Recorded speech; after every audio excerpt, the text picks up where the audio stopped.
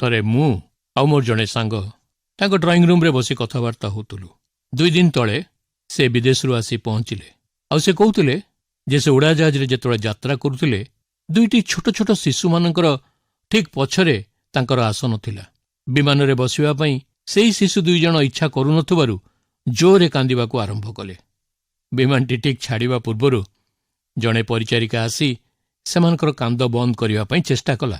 ସେହି ମହିଳା ଜଣକ 2 ଜଣଙ୍କୁ 2 କାଖରେ ଧରି ହସ ହସ ମୁହଁରେ ମିଠା କଥା କହି ସେମାନଙ୍କୁ ଚୁପ୍ କରାଇ ଦେଇ ସେମାନଙ୍କ କାନରେ ଫୁସ୍ଫୁସ୍ କରି କହିଲା, ପିଲାମାନେ ମନେ ରଖ, ଏଇ ବିମାନରେ କୌଣସି ପ୍ରକାର ଅଭିଯୋଗ ସମ୍ପୂର୍ଣ୍ଣ ବାରଣ।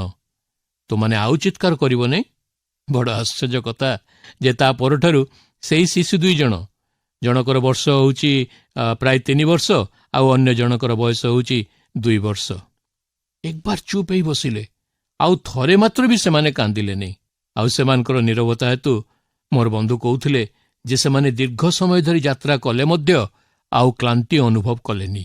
ସତରେ ମୁଁ ଚିନ୍ତା କରୁଥିଲି, ଈଶ୍ୱର ମଧ୍ୟ ଚାହାନ୍ତି ମୁଁ ଯେପରି ପ୍ରତ୍ୟେକ ଦିବସକୁ ବଚସା ଓ ଅଭିଯୋଗ ବିହୀନ ଭାବରେ କାଟିବି।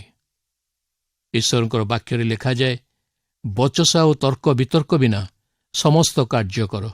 ଦେଖନ୍ତୁ, ସବୁ ବିଷୟରେ ଅସନ୍ତୁଷ୍ଟ ହେବା ଓ ତହିଁ ସକାଶୁ ବଚସା କରିବା ହେଉଛି ଆମମାନଙ୍କର ପ୍ରକୃତି। କିନ୍ତୁ ବଚସା ଓ ତର୍କ ବିତର୍କ କରିବା ପରିବର୍ତ୍ତେ ଈଶ୍ୱର ଆମ ପାଇଁ ଅନ୍ୟ ଏକ ପଥ ରଖିଛନ୍ତି ଏବଂ ତାହା ହେଲା ଜୀବନର ବାକ୍ୟ ଧରି ଜଗତରେ ଈଶ୍ୱରଙ୍କର ଜ୍ୟୋତି ପ୍ରକାଶ କରିବା। ପ୍ରିୟ ବନ୍ଧୁ, ଆମେ ଯଦି ବଚସା ଓ ତର୍କ ବିତର୍କ ବିନା ଆମର ଦିନଗୁଡ଼ିକ ଅତିବାହିତ କରୁ, ତାହେଲେ ଆମର ପରିବାର ଓ ବନ୍ଧୁବର୍ଗ ତଦ୍ୱାରା କିଭଳି ଭାବରେ ଉପକୃତ ହେବେ? ମନେ ରଖନ୍ତୁ, ଆମେ କେବଳ କୁଟିଳ ଓ ବିପଥଗାମୀ ବଂଶ ମଧ୍ୟରେ ଈଶ୍ୱରଙ୍କର ଅନିନ୍ଦନୀୟ ସନ୍ତାନ ସନ୍ତତି ହେବା। ତେଣୁ ଈଶ୍ୱରଙ୍କର ଏହି ଅମୂଲ୍ୟ ବାକ୍ୟକୁ ମନେ ରଖନ୍ତୁ, ବଚସା ଓ ତର୍କ ବିତର୍କ ବିନା ସମସ୍ତ କାର୍ଯ୍ୟ କର।